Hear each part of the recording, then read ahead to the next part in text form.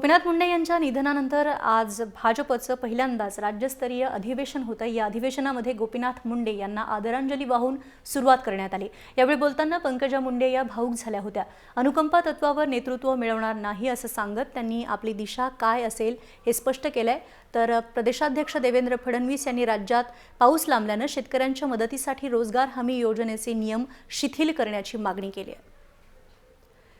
सध्या भाजप कार्यकारिणीची बैठक सुरू आहे मुंबईमध्ये आणि या बैठकीमध्ये आगामी विधानसभा निवडणुकीच्या पार्श्वभूमीवर मतदारसंघांमधली नेमकी परिस्थिती काय याचा आढावा घेतला जातोय। मात्र महत्त्वपूर्ण हे आहे की गोपीनाथ मुंडे यांच्या निधनानंतर ही या ठिकाणी बैठक भरवण्यात आलेली आहे। गोपीनाथ मुंडे यांचं अस्तित्व इथे जाणवतंय आणि त्यामुळेच भावनाविवश होऊन पंकजा मुंडे पालवे यांनी सुद्धा एक भावनिक साद कार्यकर्त्यांना घातली।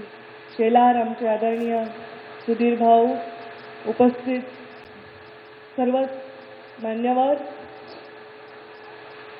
ठाकूर साहेबांनी माझं नाव घेतलं तेव्हा मला प्रश्न पडला की मी इथून काय बोलू, कारण या मंचावर या सगळ्यांच्या आधी एक नाव घ्यायची सवय मला राजकारणाच्या माझ्या जीवनात लागली होती आणि या मंचावर एका व्यक्तीचा चेहरा नाही असं 1980 पासून आतापर्यंत कधीच झालं नाही।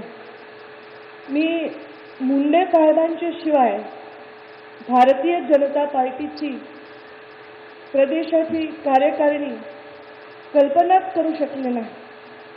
मला बोलायचं असं म्हटल्यावर मी विचार केला की काय बोलावं, एखादा निबंध एखाद्या माणसावर लिहावं तसं बोलावं, नेत्याविषयी बोलावं का पित्याविषयी बोलावं, कारण इथे बसलेल्या सर्व लोकांमध्ये मुंडे साहेब केवळ नेता नव्हते, अनेक लोक असे आहेत आज ज्यांच्या घरामध्ये ज्येष्ठ मंडळी नाहीत त्यांना मुंडे साहेब आपल्या घराचा ज्येष्ठ आहेत हा आधार होता। त्यामुळे मला कळत नाही नेत्याविषयी विचार करताना पिता माझ्या डोक्यावर का डोकावतोय, कारण कदाचित त्यांना जे हवं आहे ते मी बोलावं अशी त्यांची इच्छा असेल। हा अन्याय आहे की एकच महिना झालेला आहे आज मुंडे साहेबांच्या मासिक श्राद्धाचा दिवस आहे आणि आजच आपली ही कार्यकारिणी आहे। मी काल संध्याकाळी खूपच निराश होऊन वसंत स्मृतीतून निघून गेले, कारण मी जेव्हा वसंत स्मृतीमध्ये प्रवेश केला तेव्हा खाली प्रमोद महाजनांचा फोटो लावला होता आणि वरच्या मजल्यावर मुंडे साहेबांचा फोटो श्रद्धांजलीसाठी ठेवला होता। आम्ही लोकसभेच्या निवडणुकीमध्ये जेव्हा विनोदजी, मी आणि देवेंद्रजी एका सभेला बसलो होतो तर आमची थट्टा चालली होती। विनोदजी मला म्हणत होते, पंकजा मुंडे साहेबांना वरच राहायला सांग ना, आपण इकडे मंत्री होऊ, म्हणून आम्ही गंमत करत होतो। देवेंद्रजी मला म्हणत होते, पंकजा आपण असं काहीतरी करू आणि आपण राज्यात सरकार आणू, मुंडे साहेबांना सांग वरतीच राहायला। आम्ही गंमत करत होतो। मी बाबांना असं म्हणाले सुद्धा, पण बाबा त्याहूनही अर्जुन वर गेलेले आहेत आणि आता आमच्यापैकी कोणालाही कळत नाही की आता त्यांची जागा कोण घेणार। त्यांची जागा घेण्याच्या मुंडे साहेबांच्या आणि आमच्या मधल्या एवढ्या पायऱ्या आहेत की या पायऱ्या चढून जाण्याचा वेळ सुद्धा आम्हाला काळाने दिलेला नाही। आता ऑक्टोबरमध्ये माझ्या मते विधानसभेच्या निवडणुका येतील।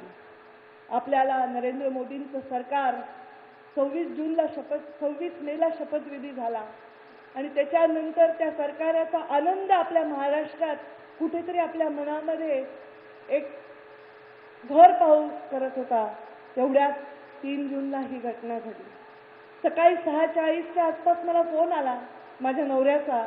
मी अधिवेशनासाठी मुंबईत होते, ते पुण्यात होते। त्यांनी सांगितलं, पंकू बाबांचा ॲक्सिडेंट झालाय। मी त्यांना म्हटलं चिल, मी त्याला म्हटलं घाबरू नका, बाबा आत्ता अंग झटकत बाहेर येतील, ॲक्सिडेंट आणि बाबा हे काही नवीन नाही। आणि परत 10-20 मिनिटांनी कळलं की त्यांना रिवाईव्ह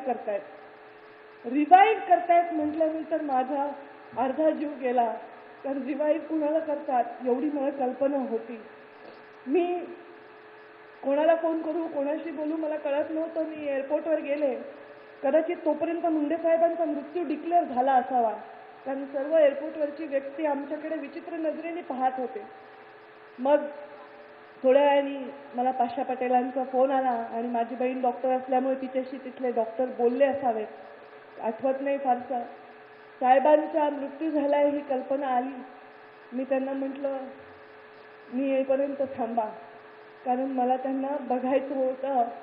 आम्हाला त्यांना शेवटचं बघायचं होतं. आम्ही जे मिळालं ते विमान घेऊन गेलो. आईला कळल्याबरोबर तिला चक्कर आली. आम्ही तिला घरी पाठवलं. मी दिल्लीला गेले. दिल्लीला गेल्यानंतर मी बाबांना डायरेक्ट पाहिलं. ते कॉफिनमध्ये ठेवले.